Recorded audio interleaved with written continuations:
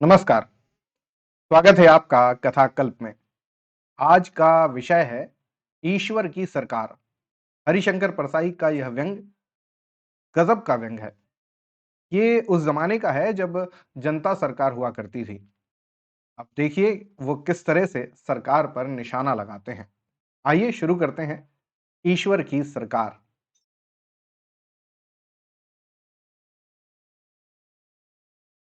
हमारे देश की सरकार ने देश की प्रतिष्ठा पूरे विश्व में बढ़ाई है।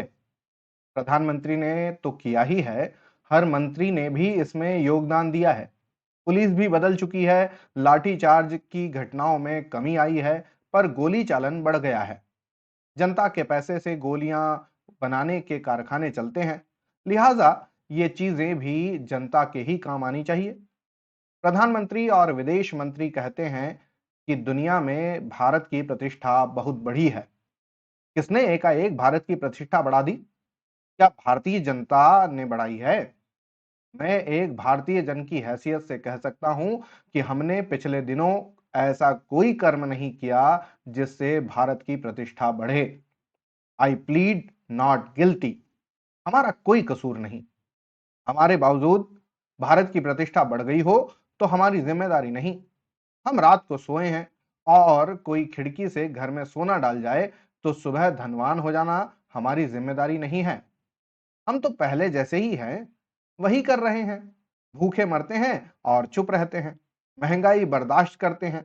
बेखटके बच्चे पैदा करते हैं। घटिया फिल्में देखते हैं।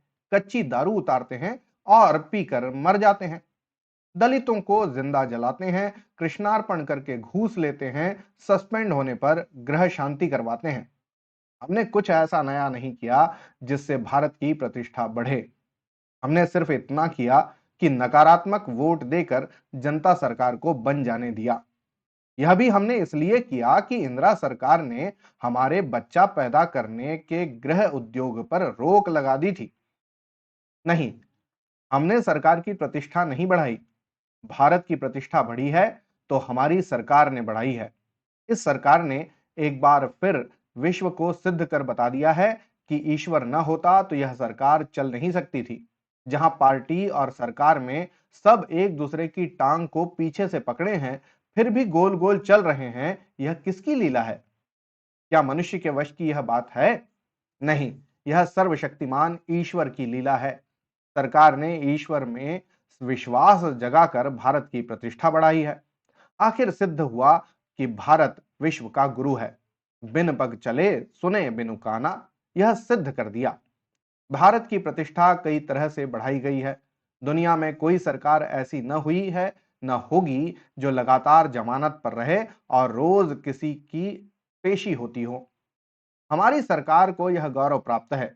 यह ऐसी सरकार है जिसका गृह मंत्री प्रधानमंत्री के बेटे और अपने साथी मंत्रियों पर भ्रष्टाचार के आरोप लगाकर और सबको बेईमान कहकर अलग हो गया है और फिर उन्हीं बेईमानों में लौट आने को लपलपा रहा है। देश पर वह सरकार राज कर रही है जिसे उसी के गृह मंत्री ने भ्रष्टाचारी कह दिया है। यह ब्रजलाल वर्मा कहते तो न मानते, क्योंकि अभी उन्हें टेलीफोन और टेलीग्राम का फर्क नहीं मालूम। आरिफ बेग कहते तो भी कोई बात नहीं थी, क्योंकि वे तो सभा मंच पर अपने संघी मास्टरों को खुश करने के लिए भारत माता मेरी भारत माता कहकर रोने लगते हैं। भ्रष्टाचार के आरोप भूतपूर्व लौह पुरुष चरण सिंह ने लगाए हैं और वही फिर मंत्रिमंडल में जाने के लिए रो रहे हैं। चरण सिंह ने उस शोहदे की तरह काम किया है जो मोहल्ले की किसी स्त्री को चिट्ठा लिखता है और लोगों से कह भी देता है कि वह औरत बदचलन है। उसके लिए पास लोगों के प्रेम पत्र आते हैं। फिर उस औरत से कहता है, तू तो बदनाम हो ही गई, अब मेरे पास ही आ जाना। इस सरकार को अपनी बदनामी के लिए विरोधी की जरूरत ही नहीं है। यह अपनी बदनामी खुद कर लेती है। आत्मनिर्भर है। इससे भी भारत की प्रतिष्ठा बढ़ी है। भारत की प्रतिष्ठा बढ़ाई है प्रधानमंत्री ने, जो अपनी सरकार की नीतियों का कम स्वमूत्र पान का अधिक प्रचार करते हैं। प्रधानमंत्री ने दुनिया के सबसे बड़े सर्कस को चलाकर भी बता दिया है। उनकी सरकार और पार्टी सर्कस है, जिसमें गेंडा बारहसिंगा, सियार, जंगली भैंसा वगैरह हैं। मोरारजी को दुनिया का सबसे बड़े सर्कस का मैनेजर होने का गौरव प्राप्त है। भारत की प्रतिष्ठा हमारे विदेश मंत्री ने भी बढ़ाई है। उन्होंने झूठ बोलने का दुनिया में रिकॉर्ड कायम किया है। मॉस्को में ऐसा बोलता है जैसे भारत लौटकर फौरन साम्यवादी क्रांति में लग जाएगा। भारत की प्रतिष्ठा इसलिए भी बढ़ी है कि पुलिस लाठीचार्ज अब नहीं होता, अब सीधे गोली चलती है। लाठीचार्ज के झंझट में नहीं पड़ती है। गोली बनाने के कारखाने जनता के पैसे से चलते हैं, उनमें बना माल जनता के काम आना चाहिए। इस सरकार ने नारी को अभूतपूर्व सम्मान दिया है। इंदिरा गांधी नाम की नारी के डर से पूरी सरकार कांपती रहती है। इतना सम्मान दुनिया में किसी नारी को नहीं दिया गया। अगर इंदिरा गांधी का डर नहीं होता तो यह सरकार कभी की टूट जाती। मैं भूल रहा हूं, बहुत प्रतिष्ठा बढ़ाई हमारे राजनारायण ने। उन्होंने दुनिया के सामने सिद्ध कर दिया है कि भारत इतना प्रौढ़ लोकतंत्र है कि यहां सरकार पागलखाने को सौंप दी जाए तो भी देश चलता रहेगा। प्रतापी राजनारायण ने विंध्यवासिनी देवी के सामने मुंडन कराया था।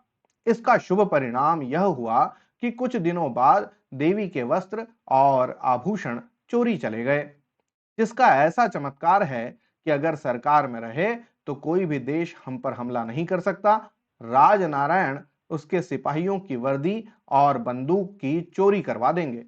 दुनिया के एकमात्र स्वास्थ्य मंत्री रहे राजनारायण, जिन्होंने ऑपरेशन का एक नया तरीका बताकर सर्जनों को चकरा दिया है।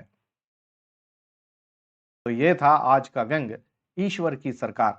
आपको कैसा लगा जरूर बताइएगा। होती है अगली कहानी में फिर मुलाकात, तब तक के लिए धन्यवाद और जय हिंद।